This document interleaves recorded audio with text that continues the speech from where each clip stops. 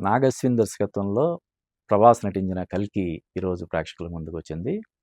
50 సంవత్సరాల ఘన చరిత్ర కలిగినటువంటి వైజయంతి మూవీస్ ఈ సినిమాని నిర్మించింది. అశ్విని దత్ నిర్మాతగా ఈ సినిమా వచ్చింది.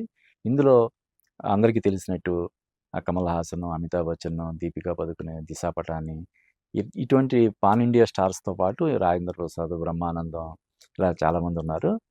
విజయ్ దేవరకొండ ఇందులో ఒక స్పెషల్ అపియరెన్స్ ఉంది. అలాగే రామ్ గోపాల్ వర్మ, రాజమౌళి కూడా జస్ట్ గెస్ట్ అపియరెన్స్ లాగా ఉంది.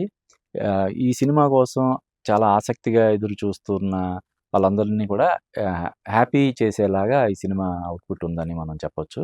అయితే రెగ్యులర్ కమర్షియల్ ఎంటర్‌టైనర్స్ అంటే ఈ 4 పాటలు, ఒక 5 ఫైట్‌లు, మధ్య మధ్యలో కామెడీ లేకపోతే కొంచెం అడల్ట్ డైలాగ్స్ అటువంటివి కోరుకునే వాళ్ళని కొంచెం ఏమైనా డిసప్పాయింట్ చేస్తదేమో గానీ, క్లీన్ ఎంటర్‌టైనర్స్‌ని ఇష్టపడే వాళ్ళని, ఒక డిఫరెంట్ కాన్సెప్ట్, నావెల్టీ ఉన్న సబ్జెక్టులని నావెల్టీ తోటి రూపొందే సినిమాని ఇష్టపడే వాళ్ళని ఇది ఖచ్చితంగా సాటిస్ఫై చేస్తది. ముఖ్యంగా ఒక తెలుగు డైరెక్టర్, అది కూడా ఒక మూడో సినిమాతో ఒక హాలీవుడ్ రేంజ్‌లో ఒక సినిమాని రూపొందించడం అనేది, అది కూడా విజువల్స్ పరంగా గానీ, గ్రాఫిక్స్ పరంగా గానీ, ఒక అంతర్జాతీయ స్థాయి ప్రమాణాలతో ఒక సినిమాని రూపొందించడం అనేది మన తెలుగు వాళ్ళందరూ కూడా గర్వించదగ్గ విషయంగా నేను భావిస్తున్నాను.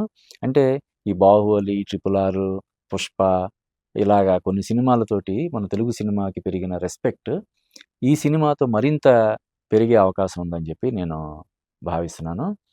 అంటే దీనికి ఒక 'కల్కి' యూనివర్స్ లాగా, అంటే 'కల్కి' ఇంకా 'సూపర్ మ్యాన్', 'స్పైడర్ మ్యాన్' ఇలాగా ఫ్రాంచైజీల్లాగా వరుసగా 'కల్కి' పార్ట్ 1, పార్ట్ 2, పార్ట్ 3 తీయడానికి వీలుగా ఈ సినిమా పార్ట్ 1 కోసం దీనికోసం 2898 AD అనే దీనికోసం క్యారెక్టర్‌ని ఎస్టాబ్లిష్ చేయడం కోసం కొంచెం టైం ఎక్కువ తీసుకోవడం వల్ల మనకి కొంచెం అక్కడక్కడ కొంచెం బోరింగ్‌గా, స్లోగా నేరేషన్ స్లోగా ఉన్నట్టు అనిపిస్తది గానీ, ఓవరాల్‌గా ఒక విజువల్ ఫీస్ట్ లాంటిదని చెప్పొచ్చు. అంటే విజువల్ వండర్ అంటారు కదా!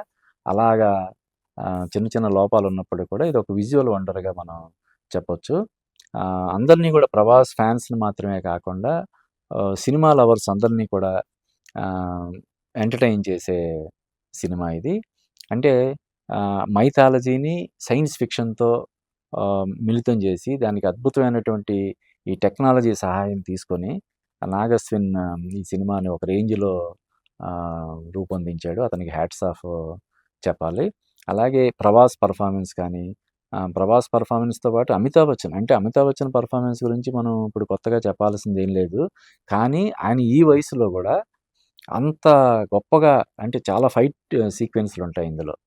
అంటే అశ్వత్థామ అనే పవర్‌ఫుల్ క్యారెక్టర్ కావడం వల్ల దానికి తగ్గట్టుగా కొన్ని కాన్ఫ్లిక్ట్ సీన్‌లు, ఫైటింగ్ సీన్స్ అవి ఉంటాయి. ముఖ్యంగా అమితాబ్ బచ్చన్, ప్రభాస్ ఫైటింగ్ సీన్ అసలు ఒక రేంజ్‌లో, అంటే గూస్ బంప్స్ తెప్పించేలాగా ఉంటది.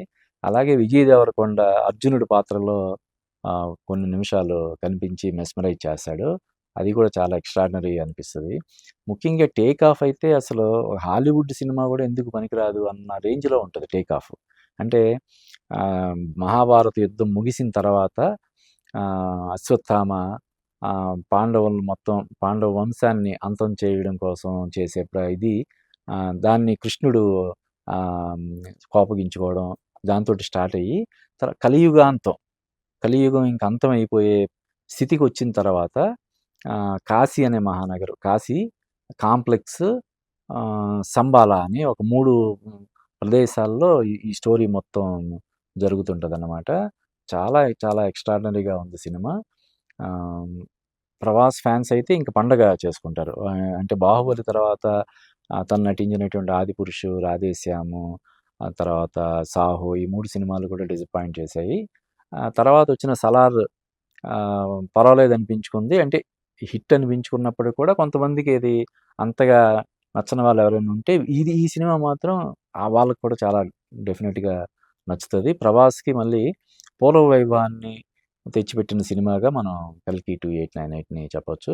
ఇటువంటి సినిమాని మన తెలుగు ప్రేక్షకుల నుంచి అందించినటువంటి, తెలుగు ప్రేక్షకులే కాదు మొత్తం అంతర్జాతీయ ప్రేక్షకులందరికీ కూడా అందించినటువంటి నాగశ్విన్ మన తెలుగువాడైనందుకు మనం ఖచ్చితంగా గర్వపడాలని మరోసారి చెప్తున్నాను. Thank you.